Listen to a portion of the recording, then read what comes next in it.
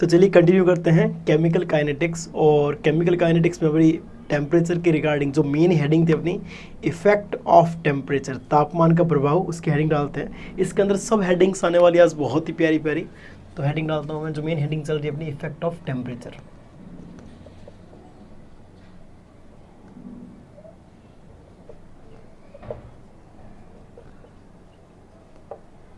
Temperature का effect. अब सुनना, टेम्परेचर का इफेक्ट क्या पड़ने वाला है, मतलब क्या इफेक्ट होगा उसका, वो अपन ने सीखा।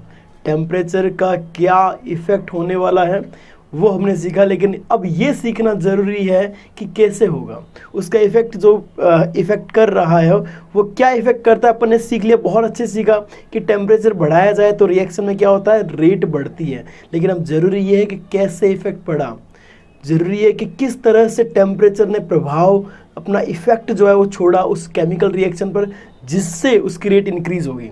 तो बहुत गजब थ्योरी है इसमें अपने को सीखने के लायक। अपन बात करें आर्हेनियस कोलिजन थ्योरी, अपना आप में बहुत प्यारी थ्योरी है जो टेम्परेचर को कहीं ना कहीं एक्सप्लेन करेगी किस तरह से टेम्परेचर का इफेक्ट आने वाला है। तो अपन नेक्स्ट थ्योरी जानेंगे, क्योंकि आपको टेम्परेचर का इफेक्ट सीखना है तो कुछ जानना पड़ेगा कि एक्चुअली रिएक्शंस के अंदर हो क्या रहा है। जब तक आपको पता ही नहीं है, आपके पास फील ही नहीं है कि जब केमिकल रिएक्शन होती है तो अंदर क्या हलचल होती है, जब तक ये आपके पास फील नहीं होगी तब तक अपन समझ नहीं सकते हैं टेम्परेचर अपना इफेक्ट कैसे शो करता है। तो इस चीज़ को जानने के अंदर हो क्या रहा है, क्या हलचल हो रही है, ये आर्हेनियस ने बताया है। टेम्परेचर का इफेक्ट सीखने के लिए मतलब आर्हेनियस थ्योरी सीखनी पड़ेगी। और आर्हेनियस ने कोलिजन थ्योरी दी है, कोलिजन बेस्ड काम किया सारा, तो इस थ्योरी का नाम क्या रखा गया, आर्हेनियस कोलिजन थ्योरी। तो नेक्स्ट अपन टेम्परेचर का इफेक्ट किस तरह से गया, टेम्परेचर अपना प्रभाव, अपना इफेक्ट किस तरह से छोड़ा, इस चीज़ को जानने के लिए अपने को आर्हेनियस थ्योरी सीखनी पड़ेगी। बहुत ही प्यारी थ्योरी बेटा जी ये। तो मैं हेडिंग डालता हूँ आर्हेनियस थ्योरी।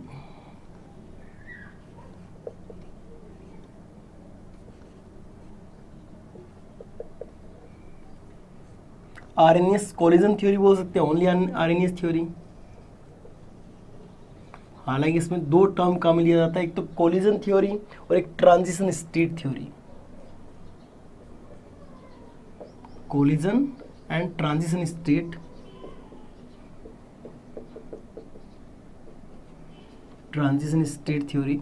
इसके पीछे लॉजिक ऐसा क्यों बोला जाता है, ऐसा क्यों बोलते हैं transition theory, transition state theory या फिर कोलिजन थ्योरी। अब इसके वन बाय वन पॉइंट में समझाऊंगा, फिर मैं लिखूंगा, ताकि आपको पहली बार जब समझाऊं तो आप तभी क्लियर हो जाओ कि किस तरह से इन्होंने समझाया है कोलिजन थ्योरी को। तो अपन जब टेम्परेचर का इफेक्ट जानना चाहेंगे तो थ्योरी समझनी पड़ेगी। थ्योरी में क्या सुनना, वन बाय वन एक एक चीज़ एक्सप्लेन करता हूँ, बढ़िया से सुनना मेरे को और दिमाग में सीधे जाने देना इसको, ठीक है। सबसे पहला पॉइंट, आर्हेनियस ने कहा कि केमिकल रिएक्शन जब होती है तो बेसिकली रिएक्टेंट पार्टिकल्स आपस में कोलाइड करते हैं और प्रोडक्ट फॉर्म करते हैं।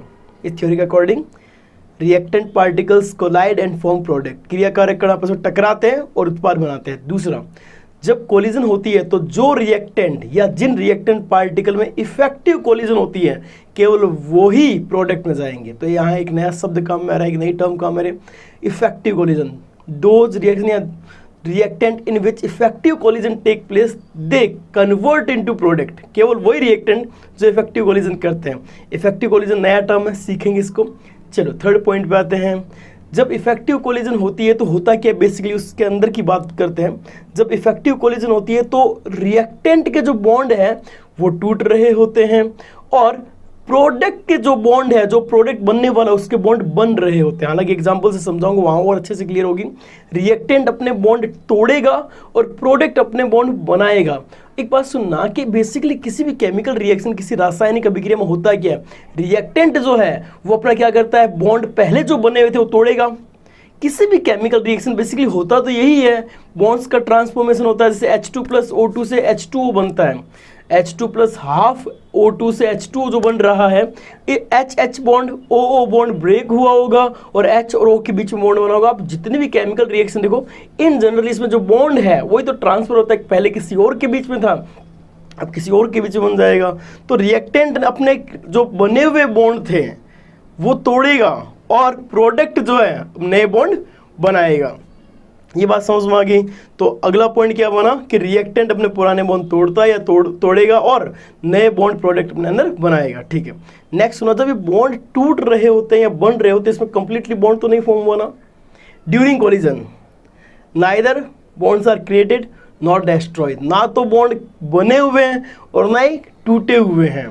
तो इसका मतलब क्या हुआ, इस बीच की स्टेट को क्या बोला जाएगा, जब ना तो बॉन्ड कंप्लीटली बना हुआ है ना ही बॉन्ड कंप्लीटली टूटा है, इसको बोलते हैं ट्रांजिशन स्टेट।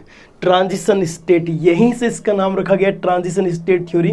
और ये जो ट्रांजिशन स्टेट होती है, लोगों ने बस सोचना स्टार्ट किया था कि इस तरह से यहाँ से बॉन्ड, जैसे H2O के अंदर बात करूँ तो HH का टूटेगा और O का टूटेगा शुरू में और HO का बनेगा। लेकिन सोचो जब रिएक्शन जो है कॉम्प्लिकेटेड है, तो ये जो बॉन्ड कहाँ से टूट रहा है कहाँ से बन रहा है आप अंदाज़ा नहीं लगा सकते, एग्जैक्ट बात नहीं कर सकते। अंदाज़ा लगा सकते हो लेकिन एग्जैक्ट श्योरिटी के साथ नहीं बोल सकते ऐसा ही हुआ होगा या ऐसा ही है। क्यों श्योरिटी नहीं, उसकी जरूर चर्चा करेंगे श्योरिटी क्यों नहीं है। लेकिन ये बोला गया इसलिए कि जो बीच में ट्रांजिशन स्टेट बनती है जिसमें आप कहते हो कि ये बॉन्ड टूट रहे होंगे और ये बॉन्ड बन रहे होंगे, ऐसा कुछ हुआ होगा, ऐसा एग्जैक्ट है या नहीं, तो इसलिए इसको हाइपोथेटिकल स्टेट बोलते हैं। जो ट्रांजिशन स्टेट होती है, संक्रमण अवस्था होती है, इसको अपन क्या बोलते हैं, हाइपोथेटिकल। और इसका नाम स्पेशली ट्रांजिशन स्टेट ही क्यों रखा, क्या रिएक्टेंट प्रोडक्ट में ट्रांजिस्ट नहीं हो रहा, क्या रिएक्टेंट प्रोडक्ट में संक्रमित बदल नहीं रहा, क्या आगे बात समझ, इसलिए ट्रांजिशन स्टेट नाम रखा गया। अब अगला पॉइंट पे आता हूं मैं, ये ट्रांजिशन स्टेट जो होती है ना, इसमें एक बात तो तय है, एक बात तो फिक्स है, जब बॉन्ड पूरा बना नहीं है, जब बॉन्ड कंप्लीटली फॉर्म हुआ नहीं है, तो नो डाउट कि ये स्टेबल नहीं होती होगी। सोचो कि जिस रिश्ते में आप एक छोटा सा एग्जांपल दे रहा हूँ, पता नहीं सही है आपको समझना बड़ा अच्छा लगेगा पर सही सेट हो जाएगा, देखते हैं। जब लड़के लड़की में रिश्ते की बात होती है तो होता है कि एक्चुअली जब आपके घर में चाचा ताऊ, जो भी ताऊ तो क्या चाचा की वगैरह किसी की शादी हुई तो आपको पता है कि रिश्ते की बात शुरू होती है, फिर ख़त्म होती है, फिर सगाई होती है, फिर शादी होती है। तो रिश्ते की बात जब शुरू होती है और जब तक उनका फाइनल हाँ या ना नहीं आता है, तब तक बीच में जो अनसर्टेनिटी का कंडीशन है ना, वो कहीं ना कहीं उस रिश्ते को थोड़ा अनस्टेबल फील करवाता है। जब पहले कुछ था ही नहीं रिश्ता, हम जानते ही नहीं थे उनको, तब इतना अनस्टेबल फील नहीं कर रहे थे। और जब हम सब कुछ फाइनल हो चुका है, रिश्ता हो गया, नारियल वगैरह दे दिया, अब फाइनल हो चुका है, अब मोर स्टेबिलिटी फील होगी। पहले रिएक्टेंट साइड था अब लेकिन बीच में जो स्टेट बनी वो थोड़ी अजीब से नहीं थी क्या, जिसमें रिश्ता फाइनल नहीं हुआ, बड़ी अजीब, पता नहीं हाँ आएगा ना आएगा, पता नहीं क्या होगा, ये अनस्टेबल स्टेट है। सिमिलरली ट्रांजिशन स्टेट भी ऐसी है, वो जो बीच में स्टेट बनती है हाइपोथेटिकल है, कि अपन सोचते रहते हैं पता नहीं क्या हुआ होगा, वो क्या सोच रहे हैं, हमारा लड़का पसंद आया कि नहीं है, हमारी लड़की पसंद आई कि नहीं आई, लड़का दिखता तो अच्छा, सब कुछ सोच लेते हैं अपन लोग। सिमिलरली यहाँ पे भी कुछ ऐसा ही होने वाला है। जब रिएक्टेंट प्रोडक्ट में जाता है तो बीच में जो स्टेट बनती है हाइपोथेटिकल बनती है, बहुत अजीब सा स्टेट होता है जिसमें बॉन्ड कंप्लीटली बना हुआ नहीं है, एक तरह से रिश्ता कंप्लीटली हुआ नहीं है अभी। तो वो जो स्टेट होती है बड़ी अजीब सी स्टेट होती है, ये अनस्टेबल, हाईली अनस्टेबल होती है। और ऐसा कहा जाता है कि रिएक्टेंट पार्टिकल्स पहले अपने जो बॉन्ड थे वहाँ पे भी स्टेबल थे, या प्रोडक्ट बना के रखेंगे तो अब भी स्टेबल हो जाएंगे, लेकिन बीच में जो कंप्लीटली बॉन्ड नहीं बना हुआ और ना ही टूटा हुआ है तो हाईली अनस्टेबल स्टेट होती है। और केमिस्ट्री में पुरानी कहावत है, एनर्जी रिलीज करेगा तो स्टेबल होगा। क्या एनर्जी रिलीज होती है तो स्टेबल होता है, एनर्जी एब्जॉर्ब भी तो अनस्टेबल होता है।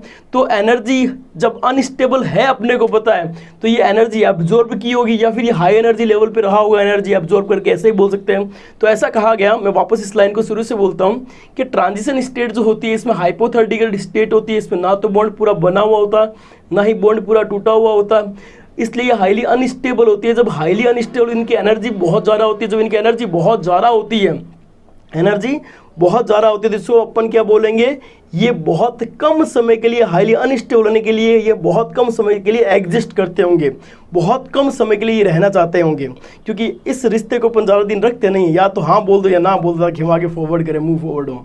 ठीक है, तो इस तरह से अपन क्या बोल सकते हैं कि ट्रांजिशन स्टेट क्या और क्यों है। अब यहाँ पर एक शब्द काम में आया था पीछे, इफेक्टिव कोलिजन, वो जरूर चर्चा करना है मेरे को। अब मैं इन पॉइंट्स को बताता हूँ पहले से लास्ट तक मैंने किस किस पॉइंट की चर्चा की। सबसे पहले मैंने क्या बोला कि reactant particles collide and form product,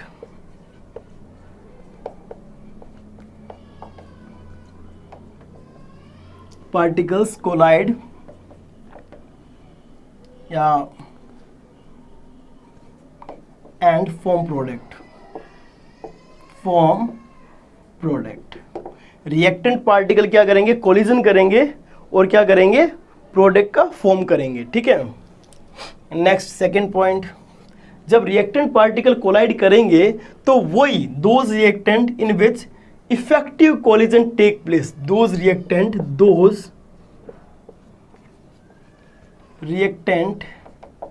in which effective collision, those reactant in which effective collision take place, they convert into, they form, convert into product, वही प्रोडक्ट में कन्वर्ट होते हैं।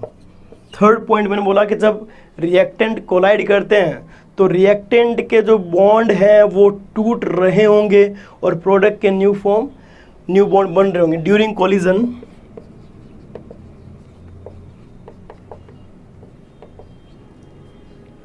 bonds of reactant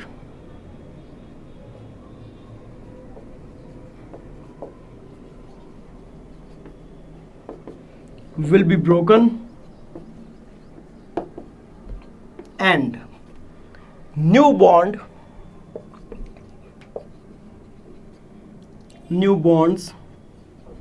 are formed, या will be formed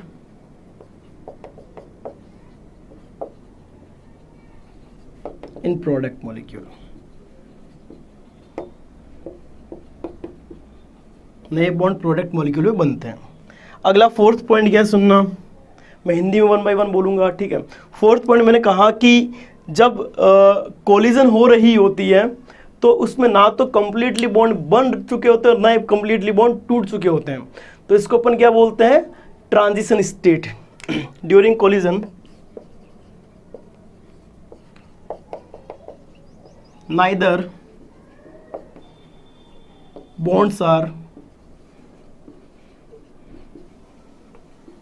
created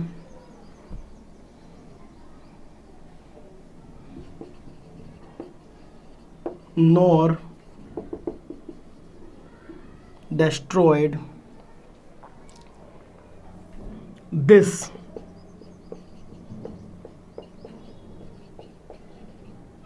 hypothetical state is known as, this hypothetical state is known as transition state।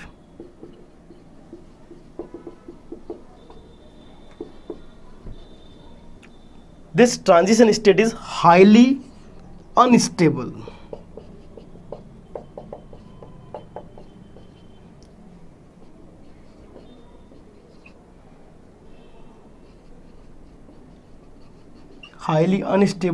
and their energies is high।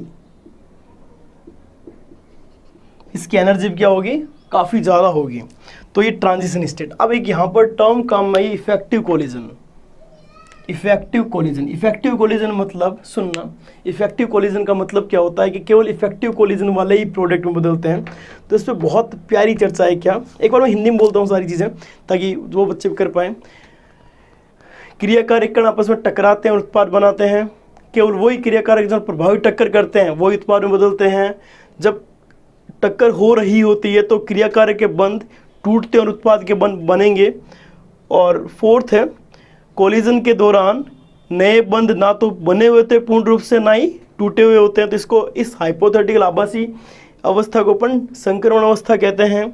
और last है कि ये बहुत ज़्यादा अस्थायी होती है, तो इसकी एनर्जी, इस स्टेट की एनर्जी बहुत ज़्यादा होती है। ठीक है, अब मैं चर्चा कर रहा था प्रभावी टक्कर, इफेक्टिव कोलिजन। सुनना, कोई भी इफेक्टिव कोलिजन हो उसको मैं कैसे डिफाइन करता हूँ, those collision which take place sufficient energy and proper orientation।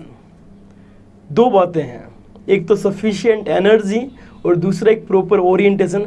उनको अपन इफेक्टिव कोलिजन नाम देंगे। इफेक्टिव कोलिजन वापस सुनेंगे, those collision which are अपन बोल सकते हैं कि those collision the reactant particle which collide with, या अपन बोल सकते हैं the reactant particle which collide with sufficient energy and proper orientation. जो सफिशिएंट एनर्जी के साथ होती है और प्रॉपर ओरिएंटेशन के साथ होती है उसको अपन क्या नाम देंगे? अब हिंदी में बोलना चाहूँ तो जितनी न्यूनतम आवश्यक ऊर्जा होती है उसके साथ होनी चाहिए और सही अभिविन्यास के साथ होनी चाहिए, उसको अपन क्या नाम देंगे? उस टक्कर को, कोलिजन को, प्रभावी टक्कर, इफेक्टिव कोलिजन। तो दो बातें यहाँ पर अपने को कंसिडर करनी पड़ेगी कि एक तो सफिशिएंट एनर्जी है वो क्या है और दूसरा प्रॉपर ओरिएंटेशन है वो क्या है। नेक्स्ट वीडियो अपन ये चर्चा करेंगे जो बैरियर्स हैं, दो अलग अलग बैरियर है। एक तो कोलिजन, जब भी इफेक्टिव कोलिजन करवानी है तो इफेक्टिव कोलिजन की डेफिनेशन यहाँ आ चुकी है। अब इसके अंदर अपने को पता चल गया कि सफिशिएंट एनर्जी भी होनी चाहिए और प्रॉपर ओरिएंटेशन भी होना चाहिए, एक न्यूनतम आवश्यक ऊर्जा भी होनी चाहिए और उसके अलावा एक सही अभिविन्यास भी होना चाहिए। इन दोनों बातों का मतलब ये है कि जब भी कोलिजन होगी, जब भी कोलिजन हुई, दोनों कंपल्सरी कंडीशन नहीं है क्या? तो एक तरह से ये दोनों हो तभी इफेक्टिव, तभी प्रोडक्ट में जा सकता है। तो इनको नाम क्या दिए? दो बैरियर्स हैं। यदि रिएक्टेंट को प्रोडक्ट में बदलना है तो इन अवरोध से, इन बैरियर से क्रॉस होना पड़ेगा। इन दोनों बैरियर को क्रॉस करेंगे तभी वो प्रोडक्ट में बदल पाएंगे, अदरवाइज नहीं बदल पाएंगे। आगे बस अच्छी बात ये है, इन दोनों बैरियर्स में से केवल एक ही बैरियर अपने कोर्स में, दैट इज एनर्जी बैरियर, जिसको अपन समझेंगे। ओरिएंटेशन बैरियर का बहुत बड़ा रोल नहीं होता, हालांकि मैं सिखाऊंगा भी ओरिएंटेशन बैरियर क्या है और क्यों है नेक्स्ट वीडियो के अंदर। तो अपने को समझ में आ गया कि किस तरह से रिएक्टेंट पार्टिकल कोलाइड करके प्रोडक्ट बनाते हैं, बीच में जो ट्रांजिशन स्टेट बनती है उसकी प्रॉपर्टी के बारे में चर्चा की, और रिएक्टेंट को इफेक्टिव कोलिजन ही करनी पड़ती है यदि प्रोडक्ट में जाना है तो, और इफेक्टिव कोलिजन सफिशिएंट एनर्जी और प्रॉपर ओरिएंटेशन के साथ हो। इससे अपने को पता चला दो रिएक्शन को कभी भी कंप्लीट होना है, ये प्रोडक्ट फॉर्म करना है तो ये दोनों बैरियर क्रॉस करने पड़ते हैं सभी रिएक्टेंट को, और इन दोनों बैरियर को अच्छे से एक्सप्लेन करेंगे नेक्स्ट वीडियो में। Thank you so much for watching.